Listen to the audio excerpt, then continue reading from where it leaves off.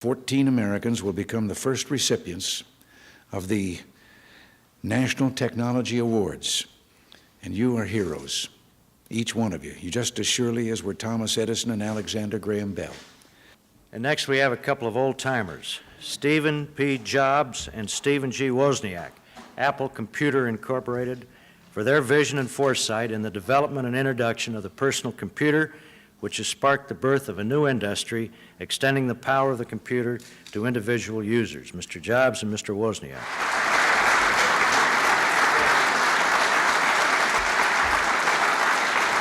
You and Steve Jobs were among those who received the first ever National Medals of Technology from President Reagan in 1985 at the White House, the highest U.S. honor for achievement in technological progress. How meaningful was it to you personally and professionally?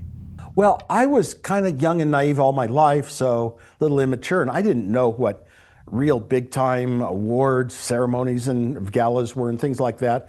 I didn't go to them. It wasn't part of my life. So, it was really more an adventure of getting to see how it's done and listening to an explanation of what the National Medal of Technology was about. And I was seated at a table right next to the Vice President, George Bush.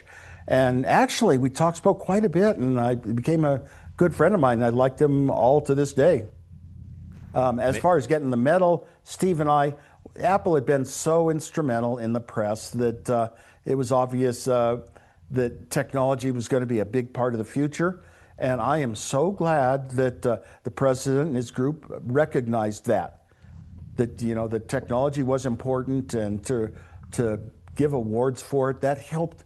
It actually helped bring it aware to more people that technology was going to be a big thing.